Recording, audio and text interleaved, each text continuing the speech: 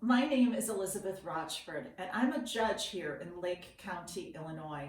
And I'm going to let you in on a little secret. This is the very first YouTube video I have ever made. I'm a little nervous, so I hope that you'll be kind and forgiving if I make any blunders. But I know that this is a strange time for us. We can't be together in schools or with our friends. And so I'm going to share with you something that I always use to help me get through any difficult time, and that's reading. I love to read. I love to read because when I read, sometimes I laugh out loud. Sometimes I cry, and it feels strangely wonderful. And almost every time I read something, I learn something new that I didn't know before. So I'm going to invite you today to read a book with me. And the book that I have chosen is called George Washington and the General's Dog. And I hope you like it. This is how it goes. George Washington is one of America's greatest heroes. Most people know that George was honest and brave, but there's something about George that people don't always know. I didn't know it.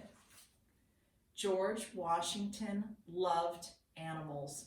He's shown here in this picture with every kind of animal you can possibly imagine. Turkeys and ducks and dogs and birds and mules and rabbits. And they're all gazing at him very fondly, and he's looking back with love at them also. George really loved animals. George learned to ride horses as a boy. Sometimes he rode into town, and he rode so fast, but he never fell. People said he was the best rider they had ever seen. When George grew up, he moved to a farm called Mount Vernon. Every day, George checked on the horses and the hogs. He faithfully checked on the oxen and the mules and sheep. But he spent most of his time with the dogs. He loved the dogs, and George had a lot of them. During his lifetime, George owned 36 dogs. He took them everywhere with him. He took them hunting, he played with them, and he even gave them cute names like Mopsy and True Love, and my personal favorite, Sweet Lips. Sometimes George spoiled his dogs. He let them run wild in the house.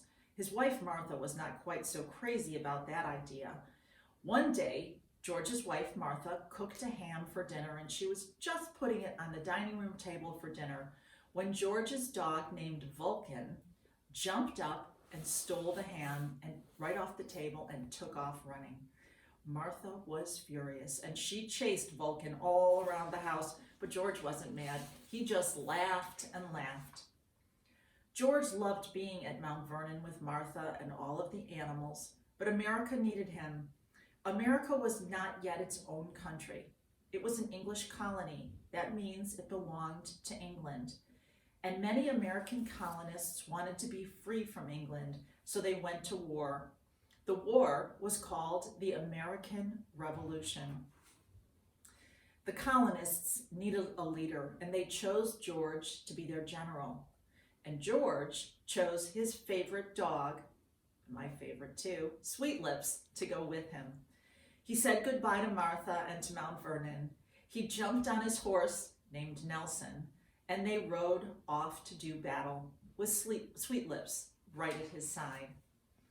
In George's day, soldiers often brought dogs to war with them because the dogs were so helpful. The dogs helped them hunt when they needed food.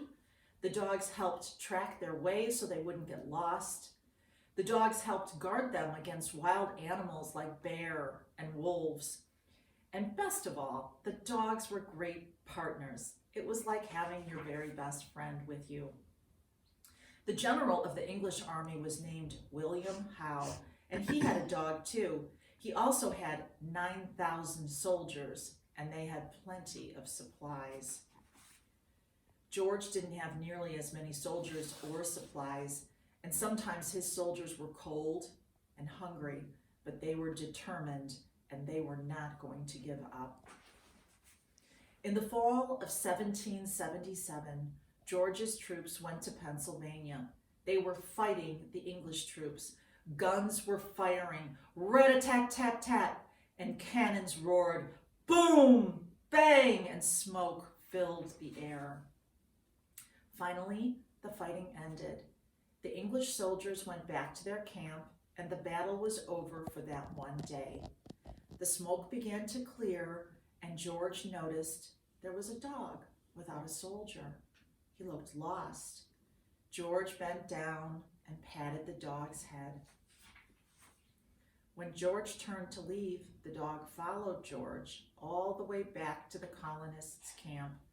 He wagged his tail, and George thought, "Whose dog is this?" George looked at the dog's collar, and the tag on it had a man's name. The man's name was William Howe. William Howe? George couldn't believe his eyes. William Howe? That was the enemy. Word about the enemy dog spread through camp. Some of George's men wanted to keep the dog, but George knew that wasn't right. He said no. George believed the dog belonged with his master. George had his friend Alexander Hamilton write a note to General Howe. The note said that George wanted to return the dog. Both sides raised white flags. The white flags meant that no one could fight.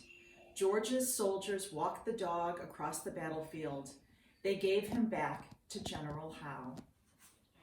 People in England found out about George's good deed. The English still wanted to beat George and win the war, but now they respected him. Some English people even liked him. They had never heard a story of such great kindness between enemies. In 1783, America won the war against England. America became its very own country.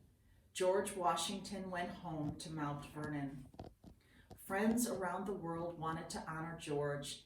They wondered what he would like, and then they remembered the story about the dog. Soon, presents started arriving at Mount Vernon. The King of Spain sent George a mule, and George named him Royal Gift. A friend from France gave George an even bigger gift.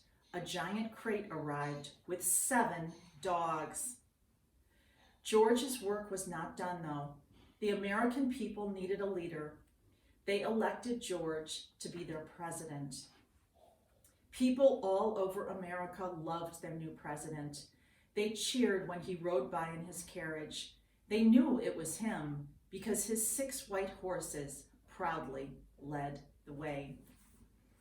So I love this story because it makes me laugh. It makes me laugh when I think about George's dog named Sweet Lips.